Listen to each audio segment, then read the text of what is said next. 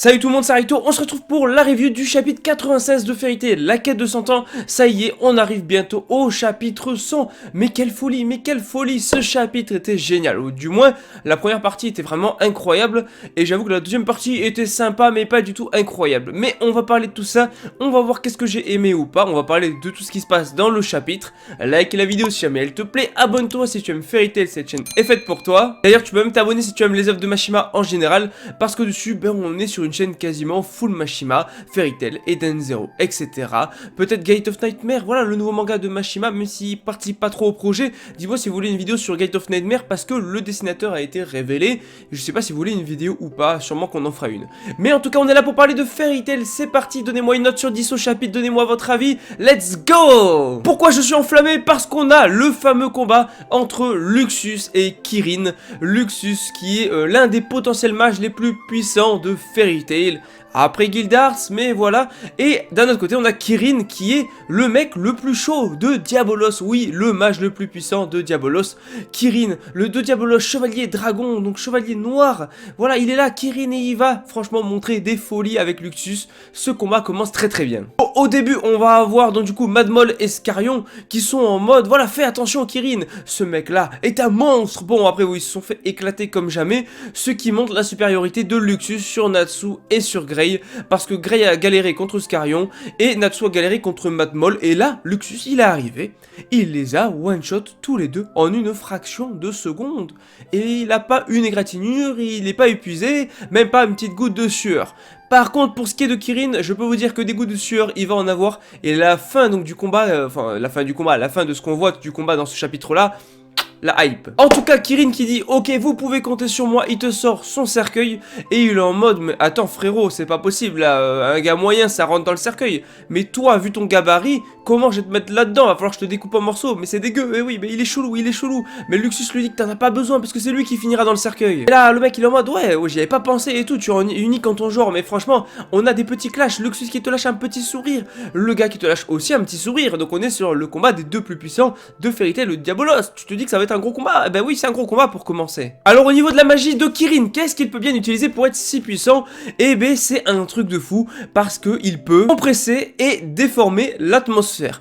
Oui, ce pouvoir est cheaté, faut le dire, voilà, faut dire ce qui est. Il peut tout simplement modifier et donc tout simplement compresser l'atmosphère. C'est un pouvoir totalement cheaté, donc du coup c'est un pouvoir qui est invisible parce qu'il touche directement à l'atmosphère qui elle-même n'est pas visible. Et on peut comprendre pourquoi c'est le plus fort de Diabolos. Donc Luxus va se prendre un paquet de coups sans rien pouvoir faire. Et quand il va essayer d'utiliser sa foudre, bah vu qu'il peut déformer l'atmosphère, il va littéralement dévier la foudre. Conclusion, les attaques de Luxus ne marchent pas et Luxus se retrouve à terre devant Kirin. Et là déjà tu te dis, bon au moins il nous montre la puissance d'un vrai chevalier noir de Diabolos. Parce que je rappelle que donc du coup, comment il s'appelle, Suzaku, il avait défoncé Erza et Natsu. Bon certes c'était par surprise, mais il les avait défoncés, ce qui montrait la puissance des chevaliers noirs. Donc c'est logique effectivement, vu que Luxus avait à peine battu de peu Erza, bah c'est logique que Kirin domine plus ou moins le combat contre Luxus, même si bien évidemment Luxus n'a pas tout donné à 100% et qu'il a trouvé des parades pour contrer les techniques de Kirin, même si on est très loin d'avoir fini le combat. Là on est qu'au début du combat et franchement ça promet de très bonnes choses. Bref, Luxus forcément il est en mode tu as dit que mes attaques ne pouvaient pas te toucher et tout, mais il peut faire circuler son électricité dans pas mal de choses. Il n'est pas obligé de la balancer comme ça, il peut tout simplement la faire circuler dans le sol, et s'il fait circuler son électricité dans le sol, là il peut d'un coup se rapprocher de Kirin et le toucher. Mais en plus donc du coup on a Kirin qui va attaquer, donc avec son attaque de distorsion de l'atmosphère. Donc là Luxus qui va se faire éclater, mais ça va donner du sang. Et je rappelle que Luxus a une nouvelle magie qui fait qu'il peut utiliser de la foudre rouge, de la foudre liée au sang. Si je dis pas de bêtises, c'était ça. D'ailleurs, il avait utilisé il avait utilisé dans la guerre contre Alvarez, contre Wall, mais aussi contre Erza dans son combat. Et du coup, il se sert de ce sang-là pour créer ses éclairs rouges. Et donc, du coup, son éclair rouge transpire littéralement l'atmosphère.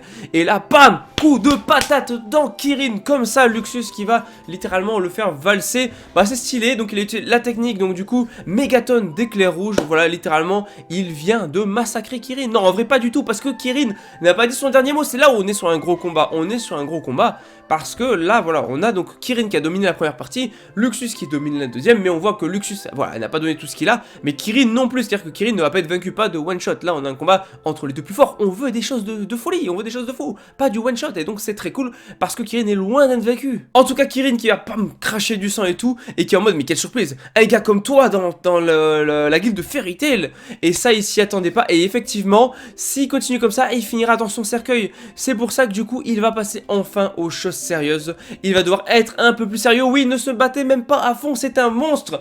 Et il aime bien donc du coup Luxus. Mais surtout, au moment où il fait le coup de pression, Luxus qui est en mode oula, qu'est-ce que c'est? Goutte de sueur et tout. Il commence à transpirer Luxus qui transpire devant un ennemi, c'est relativement rare. Durant Alvarez, je l'ai pas vu trop transpirer devant un ennemi. Donc du coup, il est en mode, mais c'est comme le vieux Gildarts. Oui, ce gars-là impose une pression pareille que celle de Gildarts.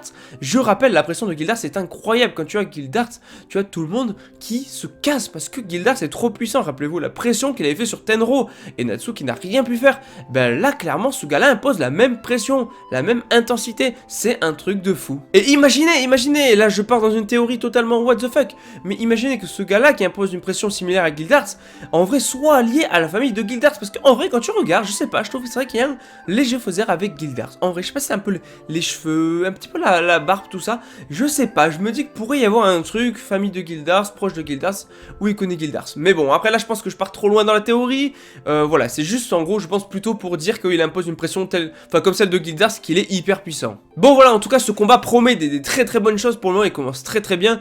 Bah là Luxus c'est chaud, là c'est chaud, il a des petites gouttes de sueur. Maintenant on va parler, donc on parlera de ce combat là plus tard dans les prochains chapitres quand il y aura la suite. Mais là on va parler du côté Natsu Lucy qui n'est pas du tout incroyable. On va pas se mentir, cette partie du chapitre n'est pas folle du tout. Parce qu'on a toujours Natsu et Lucy avec Happy qui courent en mode donc voilà poupée et tout. Et tu as le chien qui les poursuit. Donc Lucy qui va ramener donc du coup, comment il s'appelle, qui va ramener Léo, donc qui va ramener voilà Léo. Et au final ils vont réussir à battre le chien, donc ils vont utiliser la chaleur de Natsu. Il va utiliser son Régulus, donc du coup Léo, et il va brûler littéralement le chien. Bon ok, ils ont réussi à vaincre le chien, mais il reste sous cette forme, et en fait il n'y a pas grand chose à dire de ce côté là, donc je n'y passerai pas 15 ans. Si ce n'est que du coup Natsu a trouvé aussi une balle, alors je sais pas qu'est-ce que c'est cette balle, est-ce qu'ils auraient une balle à l'intérieur d'eux et que c'est grâce à ça qui reste en poupée, je sais pas, mais la balle je crois vient donc du coup du corps du chien qui a brûlé, donc peut-être que le secret pour rompre la technique ça vient de cette balle là, je ne sais pas du tout.